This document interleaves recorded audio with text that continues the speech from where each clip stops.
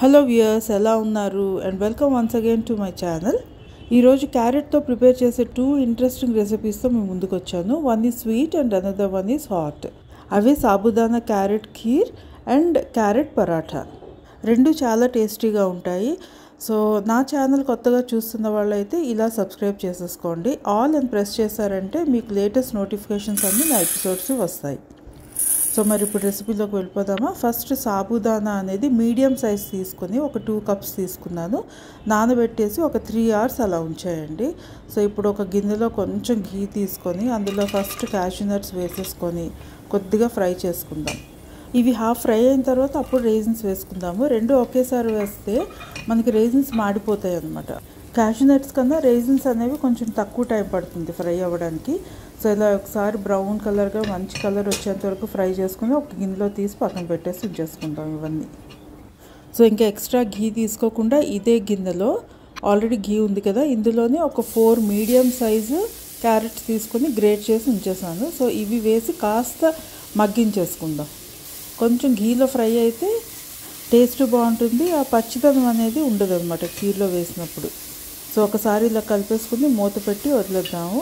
So మనకి carrot తాలూకా health benefits already తెలుసు. Vitamin A ఉంటుంది రిచ్గా.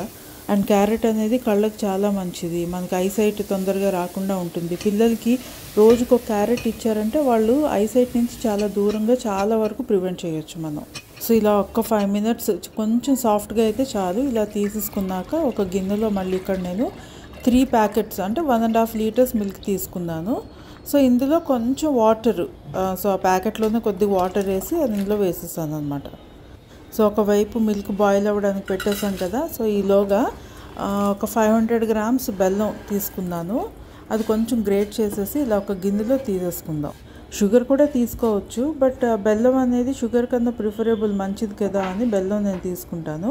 అండ్ ఇది ఆర్గానిక్ బెల్లం వాడతాను అనమాట నేను ఎక్కువ. సో ఇది ఇప్పుడు ఇలా పక్కన ఉంచేసి ఈలోగా మిల్క్ చూద్దాం. సో బాయిల్ అవుతుంది కదా, బాయిల్ అయినాక కొద్దిగా సిమ్లో పెట్టేసుకొని ఇప్పుడు మనం ఆల్రెడీ నానబెట్టి ఉంచుకున్నాం కదా, అందులో వాటర్ మొత్తం తీసేయండి. వాటర్ తీసేసిన తర్వాత ఆ సగ్గుబియ్యం అనేది పాలలో మిక్స్ చేసుకుందాం. పాలల్లో వేసేసి బాగా మరగనిద్దాం కాసేపు. కానీ దగ్గరే ఉండండి ఇది, ఎందుకంటే ఒక్కసారిగా పొంగు వచ్చిందంటే హైలో పెట్టి వెళ్ళిపోయారంటే ఒక్కసారికి పొంగొచ్చి మొత్తం కింద పడిపోతుంది. సో దగ్గరుండి ఇలా బాయిల్ చేసుకుంటేనే బెటర్. ఇలా ఒకసారి ట్రాన్స్పరెంట్గా వచ్చేంత వరకు కుక్ చేద్దాం సగ్గుబియ్యం. సో ఇప్పుడు క్యారెట్స్ ఆల్రెడీ కుక్ చేసి ఉంచాం కదా, అవి ఇందులో యాడ్ చేసేద్దాం. అన్నీ యాడ్ చేసేసి అలాగా కలిపి ఇంకాసేపు అలాగ బాయిల్ చేద్దాం. బాయిల్ చేస్తే ఇంకొంచెం థిక్నెస్, సగ్గుబియ్యం అనేది మనకు కొంచెం థిక్నెస్ వస్తుంది కాబట్టి ఇంకాసేపు బాయిల్ అవ్వనిద్దాం అలా. సో ఈలోగా ఇంకొక పొయ్యి మీద బెల్లం ఇలా పెట్టేసుకొని అందులో కొంచెం వాటర్ తీసుకోండి. జస్ట్ ఆ వాటర్ ఎందుకు అంటే అది కొంచెం మాయిశ్చర్ డెవలప్ అయ్యి కొంచెం కరగడానికి అంతే. వాటర్ వేయకపోతే అప్పుడప్పుడు బెల్లం అడుగంటే ఛాన్సెస్ ఉంటుందన్నమాట. అందుకోసమని వాటర్ వేసుకుంటే సేఫ్ సైడ్. ఎందుకు రిస్క్ తీసుకోవడం, మళ్ళీ మాడిపోయి అడుగంటేస్తుంది.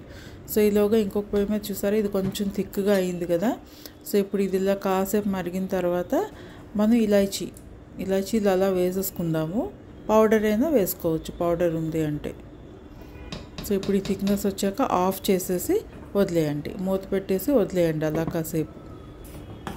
ఇప్పుడు ఈ బెల్లం చూద్దాం. బెల్లం చూడండి కరిగింది కదా, కరిగి బాగా కాసేపు బాయిల్ అవ్వనిద్దాము. మరీ థిక్ పాకం అక్కర్లేదు, థిక్గా ఏం బాయిల్ అవ్వక్కర్లేదు. జస్ట్ అలా కొంచెం ఇలా పొంగులా వస్తే సరిపోతుంది అంతే. డైరెక్ట్గా బెల్లం ఎప్పుడు పాలల్లో వేయొద్దు, విరిగిపోతాయి పాలు. సో ఇలా ఒక్కసారి కొంచెం మరబెట్టుకున్నామంటే విరగకుండా ఉంటాయి అన్నమాట అంతే. అది కూడా ఖీర్ అనేది దించేసిన తర్వాత అప్పుడు బెల్లం అనేది ఇలా యాడ్ చేసుకోండి. అండ్ వడకట్టుకోవడం మర్చిపోవద్దు, ఎందుకంటే వడకడితే బెల్లంలో ఏమాత్రం మనకి ఇసుకున్నా సరే మొత్తం వచ్చేస్తుంది కాబట్టి. బెల్లంలోని ఆర్గానిక్ బెల్లం అయితే కొంచెం ఇసుక ఉంటుంది, అందుకని వడకట్టుకోవడం బెటర్. ఒకసారి ఇలా బాగా కలిపేసుకుని garnish with kaju and raisins. Dry fruits మీ ఇష్టం, ఏవైనా వేసుకోవచ్చు. So yummy tasty carrot sabudana kheer is ready. ఇది కాసేపు ఒక 2-3 అవర్స్ ఫ్రిడ్జ్లో పెట్టేసుకుని చిల్ అయిన తర్వాత మీరు సర్వ్ చేసుకున్నారంటే చాలా బాగుంటుంది. సో మరి ఈ రెసిపీ అయితే మీకు నచ్చింది కదా, ట్రై చేసేయండి. సో ఇప్పుడు నెక్స్ట్ రెసిపీకి వెళ్ళిపోదాం. క్యారెట్ కా పరాటా. ఇదైతే మాత్రం అల్టిమేట్గా ఉంటుంది. గెస్ట్లు వచ్చినప్పుడు మాత్రం చేసి పెట్టారంటే వావ్ అనక తప్పదు, రెసిపీ ప్లీజ్ అని అడుగుతారు. అప్పుడు నా ఛానల్ని సజెస్ట్ చేసి సబ్స్క్రైబ్ చేసుకోమని చెప్పేయండి. సరే, ఇంక రెసిపీలోకి వెళ్ళిపోదాం. ఇప్పుడు ఒక 4 క్యారెట్స్ గ్రేట్ చేసి తీసుకున్నాను. అందులో గుండుగా కట్ చేసుకున్న ఉల్లిపాయలు, పచ్చిమిరపకాయలు, కొత్తిమీర ఇవన్నీ వేసుకొని ధనియాల పౌడర్ ఇది నేను 1/2 టీ స్పూన్, ఇది 1 టీ స్పూన్ ధనియాల పొడి అండ్ 1/2 టీ స్పూన్ జీలకర్ర పొడి, ఉప్పు తగినంత మన చాయిస్. అండ్ ఇప్పుడు ఇందులో ఆమ్చూర్ పౌడర్ వేసుకోండి, బాగుంటుంది. 1.5 టీ స్పూన్ వేసుకోండి. అండ్ కసూరి మేతి ఆప్షనల్, కానీ వేసుకుంటే చాలా మంచి టేస్ట్ వస్తుంది. కసూరి మేతి కొద్దిగా తీసుకొని ఇలా క్రష్ చేసి వేసుకోండి. సో ఇవన్నీ బాగా ఇప్పుడు కలిపేసుకోవాలి. సో ఇది ఇప్పుడు కలుపుతున్నప్పుడు వెంటనే చేసుకున్నారంటే మీకు అంత నీరు పట్టదు. బట్ ఇది మీరు ఫ్రిడ్జ్లో కూడా స్టోర్ చేసి ఉంచుకోవచ్చు, ఎప్పుడు కావాలన్నా పరాటాలో పెట్టి చేసుకోవచ్చు. అలాంటప్పుడు మాత్రం ఫ్రిడ్జ్లో స్టోర్ చేసి పెడితే కొంచెం నీరు పడుతుంది కాబట్టి ఇలాగ పిండేసి అప్పుడు స్టఫింగ్ పెట్టుకోండి. సో ఇక్కడ ఒక 3 కప్పులు గోధుమ పిండి తీసుకున్నాను. అందులో కొద్దిగా ఉప్పు అండ్ కరిగిన నెయ్యి వేసి ఒకసారి వాటర్ లేకుండా బాగా కలుపుకోండి. మనకి ఇలా బాగా ఇలా పట్టుకుంటే జస్ట్ ఉండ కట్టేటట్టు రావాలన్నమాట. అలా ఉండ కట్టేటట్టు ఇలా వస్తే అప్పుడు మనకి రోటీ అనేది చాలా బాగా వస్తుంది, ప్లఫీగా వస్తుంది. సో ఇప్పుడు కొద్దిగా వాటర్ వేసుకొని అలాగా అంత గట్టిగా కాకుండా అలానే మెత్తగా కాకుండా నార్మల్గా ఒక మీడియంగా ఉండేటట్టు కలిపేసుకుందాం. మంచి ఎక్సర్సైజ్ చేతికి. అందుకనే రోటీ చేసే వాళ్ళకి ఎవ్రీడే కలుపుతారు కదా పిండి, వాళ్ళ హ్యాండ్స్ చాలా స్ట్రాంగ్గా ఉంటాయి. హెల్తీ ఫుడ్తో పాటు హెల్తీ టిప్స్ కూడా చెప్తున్నాను, చూసారా. సో ఇలా ఒకసారి కలిపేసుకుని మూత పెట్టేసి ఒక 15 మినిట్స్ వదిలేద్దాం. 15 మినిట్స్ తర్వాత చూసారు ఇప్పుడు ప్లఫీగా వచ్చింది, సాఫ్ట్గా వస్తుంది అనమాట బాగా. సో ఇప్పుడు ఇలా ఈ సైజులో అన్నీ ఉండలు చుట్టేసుకుందాం. కొంచెం పెద్ద సైజే చేసుకోండి, ఎందుకంటే స్టఫింగ్ పెట్టుకుంటాం కాబట్టి కొంచెం పెద్ద సైజే ఉండలు చుట్టుకోండి. ఇప్పుడు కొద్దిగా పిండిలోని ఒత్తి రోటీ, నార్మల్ రోటీ. అండ్ ఒక టిప్ ఏంటంటే ఎప్పుడైనా మనం స్టఫింగ్ చేసే రోటీస్ ఏవైనా సరే కార్నర్స్ నుంచి పాముకుంటూ రావాలి, సెంటర్లో ఎప్పుడు పామొద్దు. కార్నర్స్ నుంచి పాముకుంటూ వచ్చామంటే మనకి సెంటర్లోని థిక్నెస్ తగ్గదు. థిక్నెస్ కొంచెం ఎక్కువ ఉన్నప్పుడు స్టఫింగ్ పెడతాం కదా, అప్పుడు మరి పల్చగా రాదనమాట, బాగా వస్తుంది. సో ఇలాగ మనం స్టఫింగ్ పెట్టేసుకొని ఇది స్క్వేర్గా అయినా చేసుకోవచ్చు, లేదు ఇలా బాల్ లాగా అయినా చేసుకోవచ్చు. ఇప్పుడు లాస్ట్ కార్నర్ కిందకి ఇలా ఫోల్డ్ చేశారనుకోండి, 2 వైపులా థిక్నెస్ అనేది ఉంటుంది. ఇలాగా మధ్య సెంటర్లో 2 వైపులా థిక్నెస్ వస్తుంది. ఇప్పుడు మళ్ళీ ఇంకొంచెం పిండి తీసుకొని ఇలాగా మొత్తం పావేసుకుందాం. రాకపోతే మాత్రం 2 రొట్టెలు పల్చగా చేసుకొని మధ్యలో స్టఫింగ్ పెట్టేసి ఒకదానికొకటి ఇలా పైన పెట్టేసుకొని ఇలా జస్ట్ 4 వైపులా ఇలా ప్రెస్ చేసి ఉంచేసుకున్నారంటే అలా కూడా చేసుకోవచ్చు.